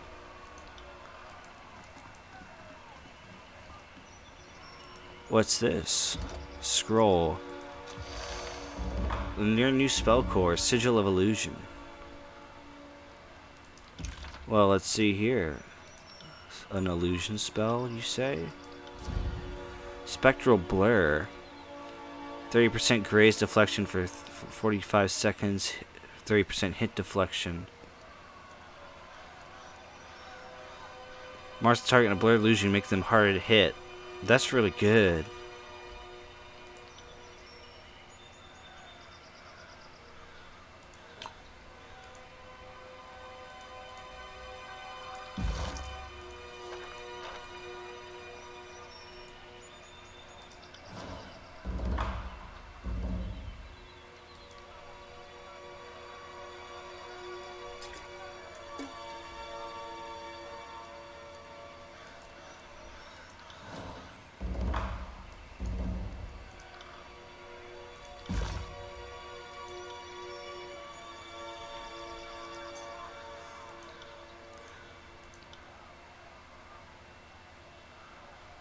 When you met with the Archons, you learned the Scarlet Chorus is an ongoing operation in Tripinettle, which hasn't proven successful. Speak with the Fifth Eye at the Scarlet Camp and see what you can do to assist.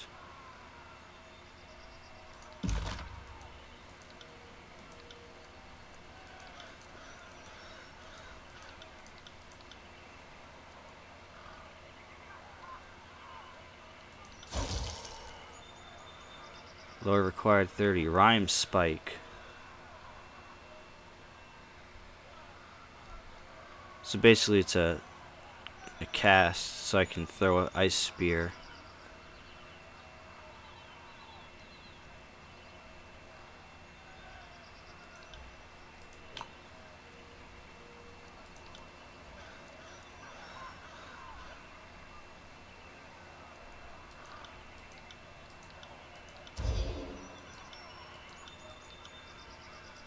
Oh, wait a minute.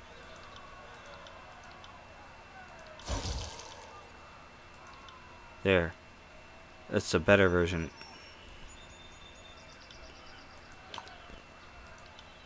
This one travels farther because I added the range accent, which increases the range of it.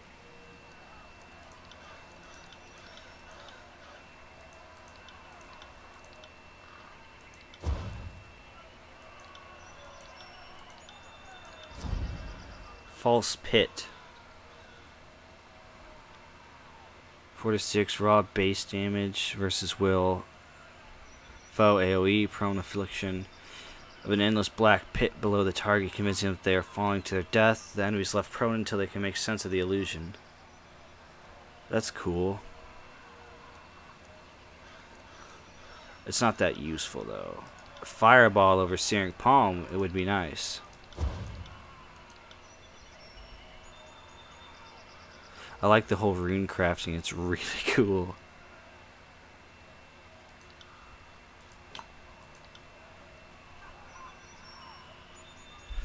We can give her some shit, right? Let's give her a simple spell.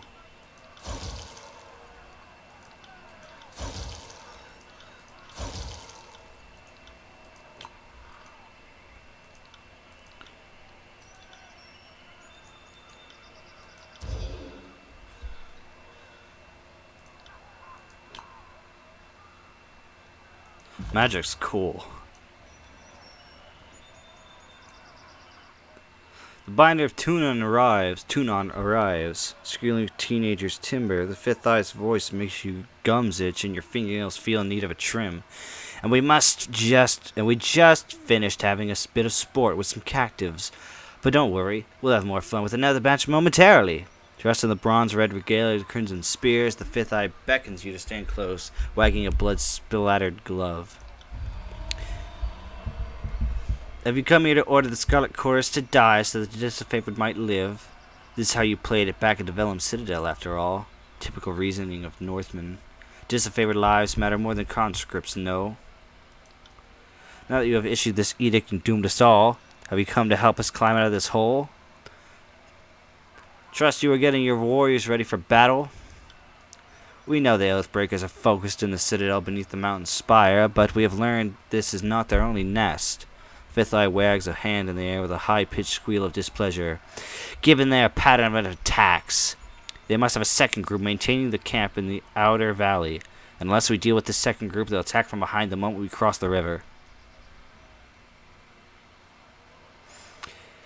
You have how large a force for all these weeks, and yet you've let the enemy move freely through the valley?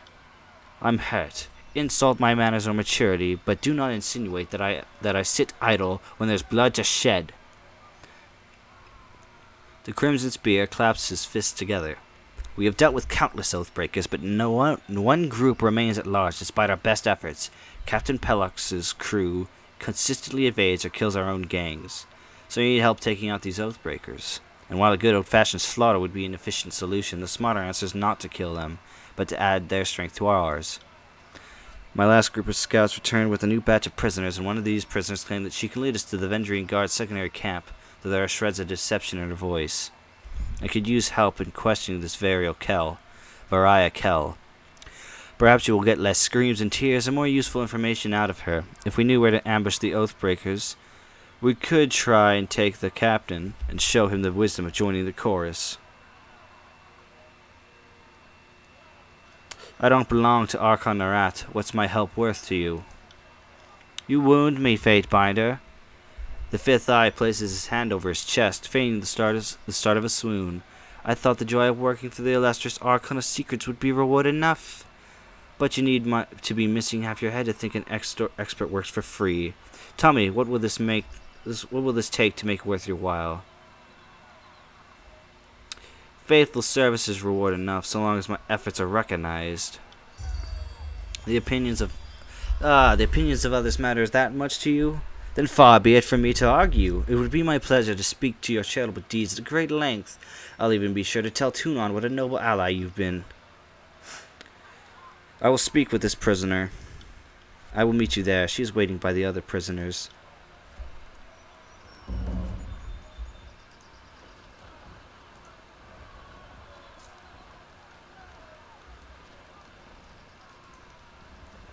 Come on.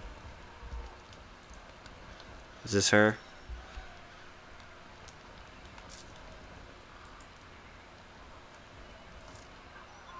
Variakel, please, someone. I wish to bow before the voices of Narat. I thought all could find redemption in the chorus.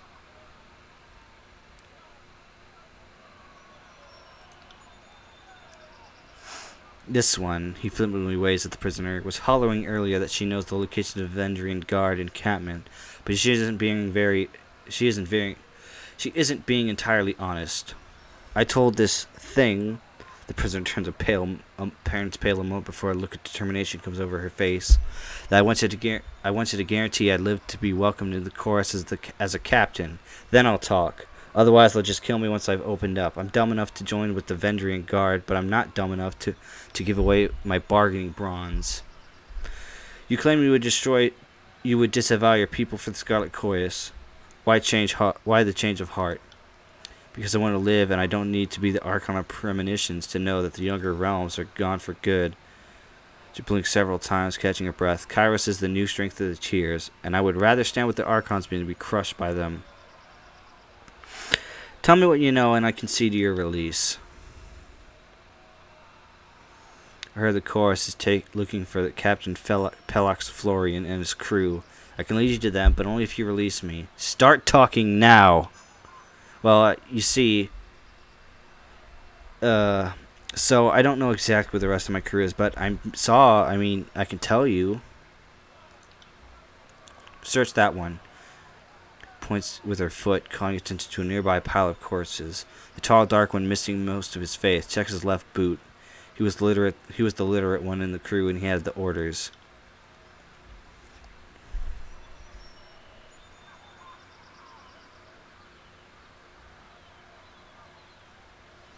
It's nonsense. Just smash the...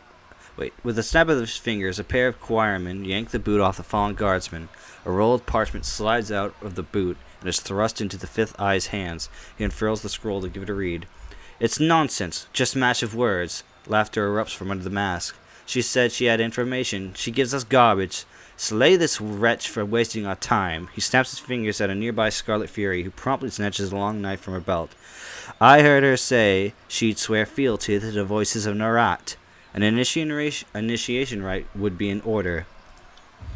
Seeing as you are an expert on the subject of fate, I will entertain your wisdom on the matter. And then, what would you propose we do with her?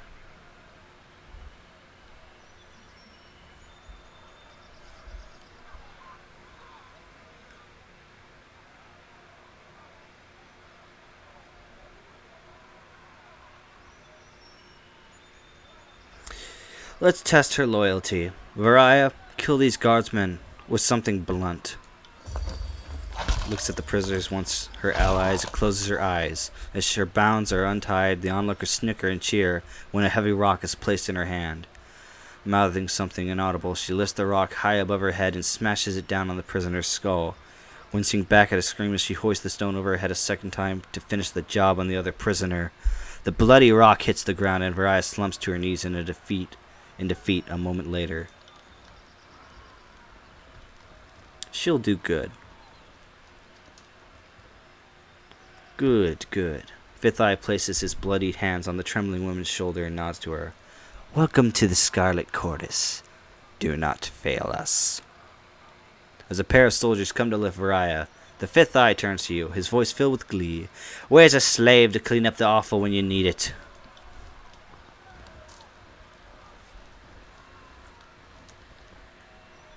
We're no closer to finding the Oathbreaker's position, not with this cryptic mess. She promised us answers, and all she gave us was gibberish. Sorry to interrupt, but I highly doubt it's gibberish. More likely, it's one of the local scripts. The voice comes from another prisoner tied up next to Varaya, an older gentleman with the quills, ink vials, and parchment scrolls one finds on the sages of the School of Ink and Quill. Ink smudges his covered cheeks. Ink smudges cover his cheeks, temples, and ears. His clothes appear charred, and between the ribs of the fabric you spot burn scars along his arms. Despite being emaciated and tied to a post, he offers a beaming smile. You unroll the parchment and see a message of modest length written with professional, albeit hasty, penmanship. The cheersmen speak the canto just like the northerners, but they have half a dozen different ways of writing it. This particular script is unknown to you. Who are you? I'm Sage Lantry, one of the hired quills that was coordinating missives between the Vendrian guard captains. They aren't paying me anymore and aren't coming to my rescue. So I'll decipher that parchment for you. That's what smart prisoners do, right? Make themselves useful. Can you read this? Well, let me see. I can't.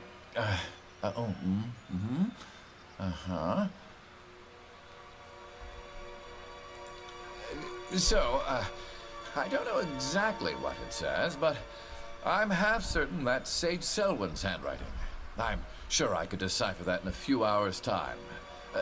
Don't need my hands free, but I think better when not tied to a post. I know, I'm weird that way. A few hours. Either you can read it or you cannot. What use is a sage that doesn't know his letters? I've heard all I need to hear. I say we have fun with this one. It can't hurt to give him a few hours. You read the edict. I don't need to tell you the sundial is working against us. This addled old bag is just trying to stall us.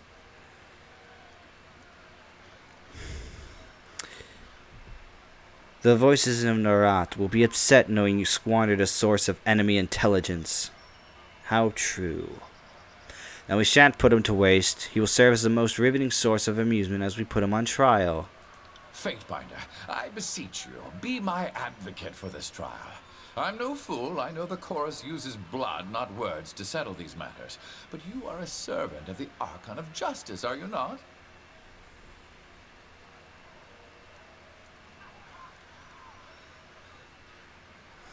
Fine, but I'll be his champion. This one needs to live. Good. I like it when Tunon's puppies get their paws dirty.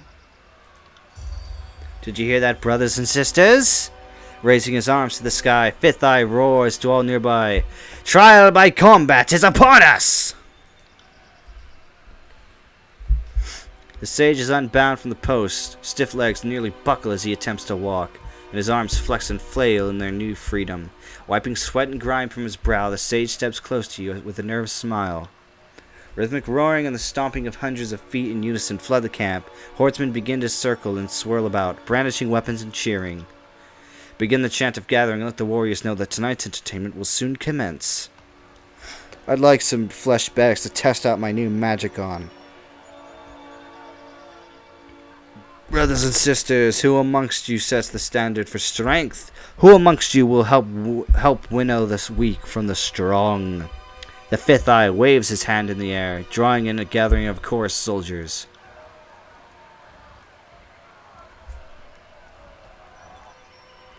Our claimants have been assembled. Now let the trial of the Oathbreaker begin. More. What can you do? She seems to be a healer. Use your Titan touch on her, because she's really strong. Go ahead and freeze him.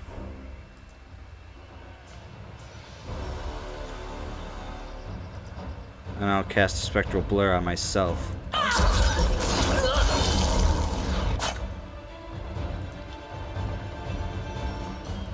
Sorry, I can't.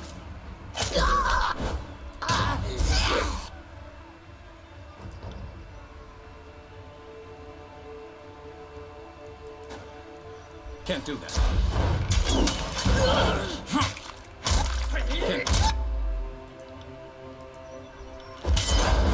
I see you throw flies.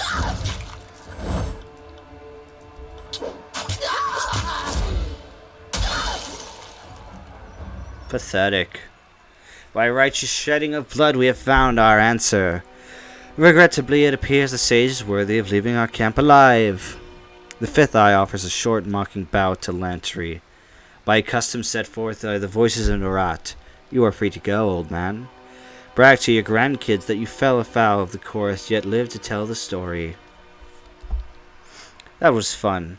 Your warriors almost put up a good fight. It really is bloodletting weather, is not? My conscripts need to see more warriors of your skill in action. I thank you for the lesson you have given the camp. I thought I'd died at that post. The sage looks down at his rope-worn wrists in disbelief.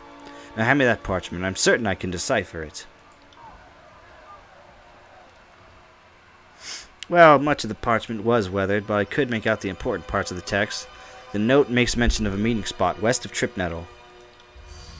So the old sage knows his words after all. I'd ask that you travel ahead and see if you can get this Captain Florian to yield to the chorus. They will strike at the first sight of a chorus gang, but perhaps they will parley if yours is the face they see. I know the area, and I suggest we go at once. I'll show you the way. I'm eager to be far from the stench of this camp. There's a lot of fighting, you old scholar. Now you're offering to join this expedition? I've met sages every bit as cutthroat as hardened gang bosses. They act the part of doddering scribes, but don't let that fool you. Smart for someone your age to be so mistrusting, but I'm not with the Oathbreakers, if that's what you're fishing at. I worked for them under duress, but I've no love for them. I'm not about to pledge to the chorus, and the disfavored wouldn't have me. Still, I consider myself a Kyros-fearing vassal of the Overlord's empire all the same. For as long as I've been a sage, I've been trained to defend myself, and we don't spend all of our time binding books and sketching wildlife, just most of it. For centuries, we've been in a quiet war with the School of Tides and the School of Wild Wrath. You can't travel alone as much as I do and not know the Bronze Dance.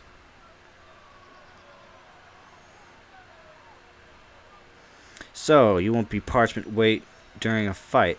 Good to know. Oh no, I'd like to think I'm worth at least 3 or 4 angry peasants in a fight. Fine, if you're so eager to come then. Could always use another one by my side, and you're a healer. I kinda want that. We need like a big warrior type next. I know I may seem old and frail, but I don't know how to step lightly and how to not get killed, really. I won't slow you down. Either way, and let me know if I can be of service. Are we done here? Let's hightail it to Tripnettle. If your new pet doesn't behave himself along the way, I'm not above clipping his ears.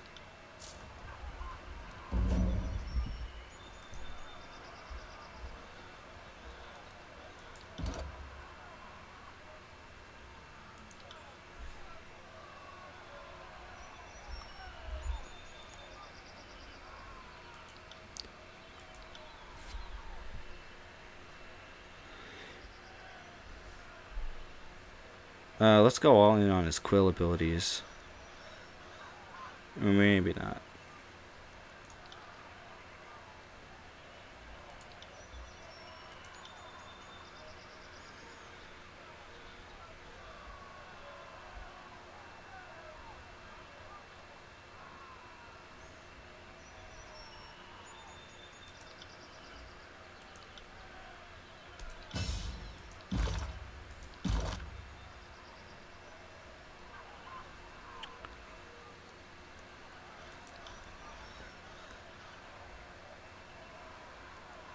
One-handed weapons and magic staff, huh?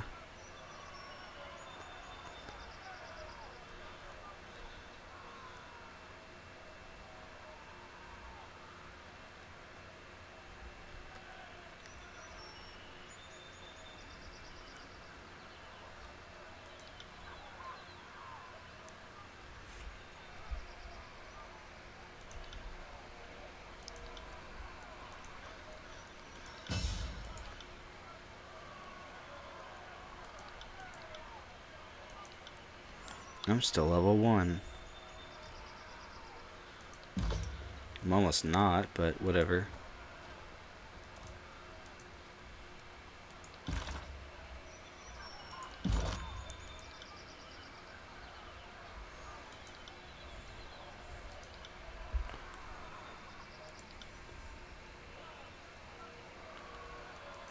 I'm pretty much going to focus entirely on magic.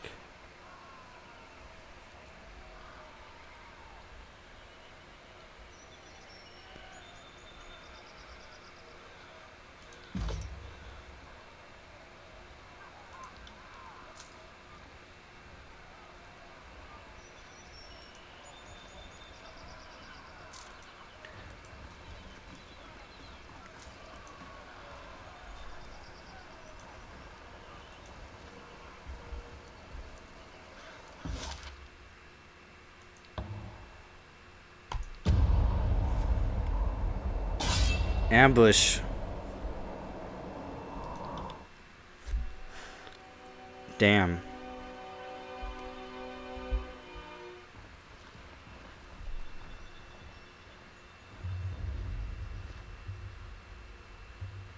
That's far enough, Fatebinder. A woman's voice booms from atop a nearby outcropping. Flashes of aquamarine body paint peek out from under her loose-fitting traveler's garb, and her outfit is festooned in braids and knots of sailor's line. Flanked on either side by warriors dressed in Vendrian guard regalia, the woman leans on an elaborate bladed staff pulsing with arcane energy. A swath of blue fabric rests draped over her arm. In accordance with ancient customs north and south, I offer and request a delay of blade. There are matters we must discuss without fear of reprisal. I abide by this truce. As is our custom, we are ready to kill to defend our lands, but we kill only in fair battle. We don't slay our prisoners. We know this isn't Kyros' way, but we must have hope. A few of my kin have gone missing, and though they may have perished, I have to inquire on the off chance they still live. If Captain Tarkus Deimos still lives, we would negotiate for his release. I think I had him killed, didn't I?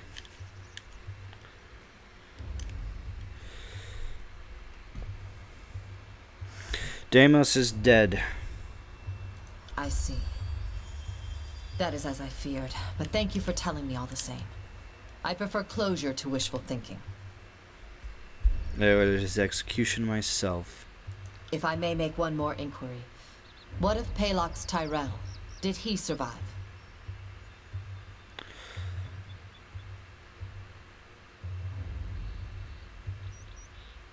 Palox Tyrell.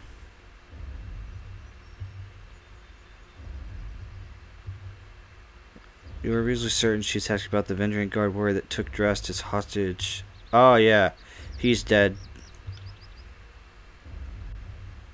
My apologies, Fatebinder. I had a terrible I had no expectations that our friends could be saved, as I'm sure the time for swapping prisoners is long gone. But at least I know of what became of them. That'll have to be enough. Sorry you did not find what you were seeking. Then all that remains is for me to thank you for hearing me out. In accordance with our ancient customs north and south, let us part with peaceful accord. She bows curtly, never letting her eyes leave yours before turning to leave. A moment later, her bodyguards turn to follow.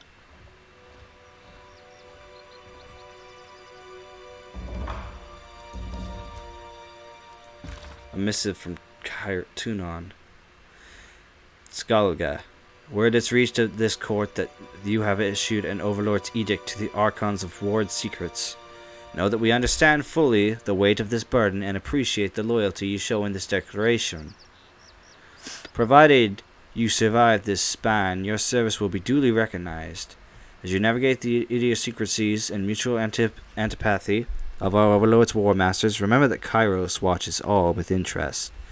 Those who distinguish themselves, whether Fatebinder or Archon, have the opportunity to rise in the overlord's esteem. Even now, the northern courts whisper that the more successful of the two Archons will be granted rule over the whole peninsula.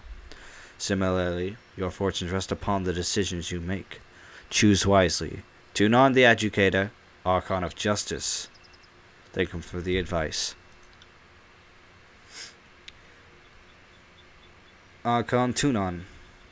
Allow me to express my deep appreciation for this opportunity. Few in the Empire have the honor of treating with the Archons.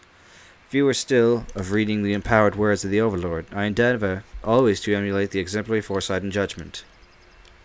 I remain in all things your faithful servant, Fatebinder Skalga Donmir. That's cool. I can send messenger pigeons to talk to my lord. On it.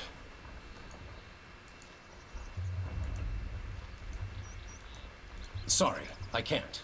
That was an interesting thing. We got to talk to, like, what seems to be the leader of this little resistance we're fighting. Probably could have killed her. But I'll get to it sooner or later.